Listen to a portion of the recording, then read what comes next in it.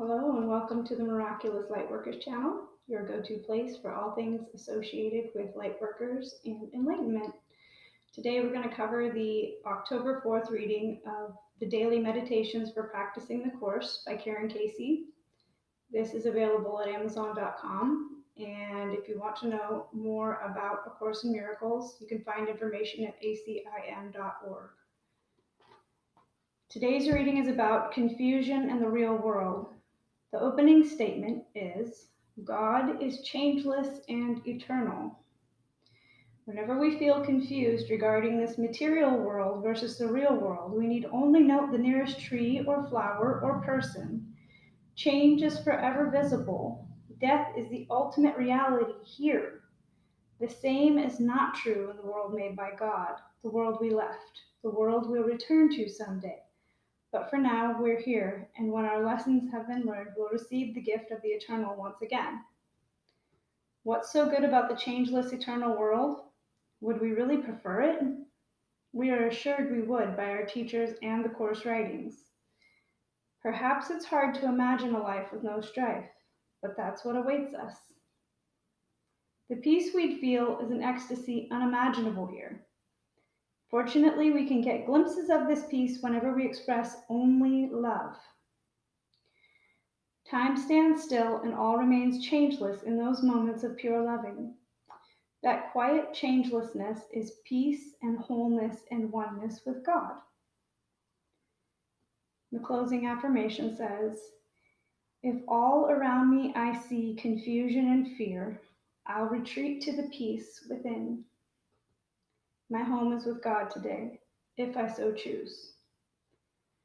So I'm just going to go ahead and give you a brief commentary on how I perceive this. And after reading the text, what came to me was that we live in a world that is, for all intents and purposes, fallen, but only because we choose against God. We choose fear instead of love.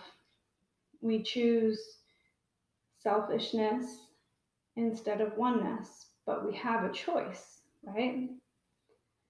It's just that we have to remind ourselves of this sometimes because we get really caught up in the world of possessions and status, all these different kinds of things that they really have no place in eternity.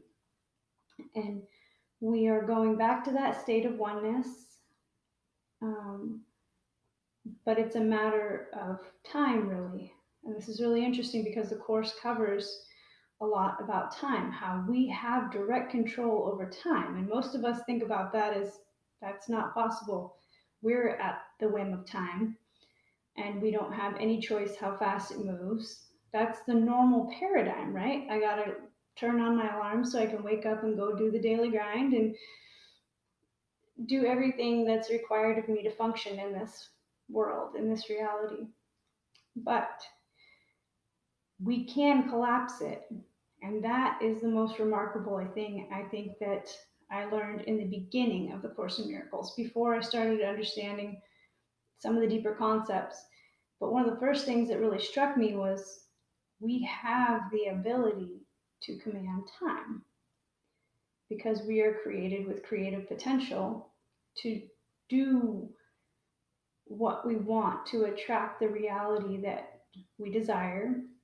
And if our intentions are very pure, there's no limit to how the sky is not the limit. Heaven and eternity is about the limit, right? We can get there though, but most people think of that as very like it's a lofty ideal. That's nice in as a concept. But how am I supposed to do that? Most of that comes from the desire and the intent to be a part of the solution and really feel like this is my responsibility in this life is to attain wholeness and remember oneness and cause that to be the reality for people around me too. They will see the light shining through me and it will be magnified. They will recognize it and we'll all start falling in sync because that is the law of the universe. Like attracts like. So the more of us that are in tune with this concept of, I'm not happy with the world the way that it is because I see a world that feels like chaos, right? But we have the ability to bring it back into order through our intentions, through our love. And it's already in motion. I think that's what I'd leave you with. So God is the changeless and the eternal. The end is assured. All of this is clearly, moving in a very particular direction, and it can't really be swayed from that. But we can take a lot longer than we need to get there. And it seems to be getting to that quickening point, though, where we didn't choose to do this necessarily because we were used to the rules of the world that we lived in based on what we were taught and whatnot. Now it's coming to us more by necessity than by choice, it feels like, for most of us. Like, I see a world that is governed by a lot of fear, anger, sorrow, etc. All these things that are attributes that are not of God. They're not of the heavenly realm, So here we are at this very critical juncture in human history, and the choice is still ours, but most people can't stand to keep living in the intensity of this out of alignment energy when what is inside of us is always going to be seeking peace and seeking love, no matter how it sort of manifests in the outside world. What we all want is essentially the same because we're all reflections of each other. We're all pieces of the same oneness. That's why I am you, you are me. I recognize the spirit of the Most High in you. I can see it, right? Can you see it in me? So we're starting to get to that point where it's not as difficult as it once was, which is, that is a miracle in and of itself.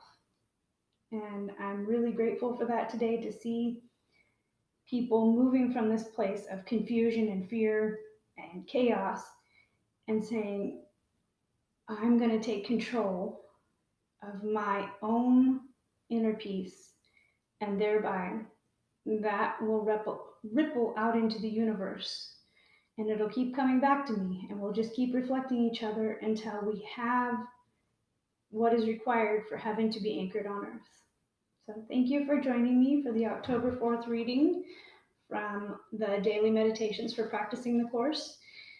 And I wish you all greatest love, highest enlightenment, and in this now moment, I hope you can really feel that vibration. And if you do, find some way to share that with the people around you. Thank you. Bye now.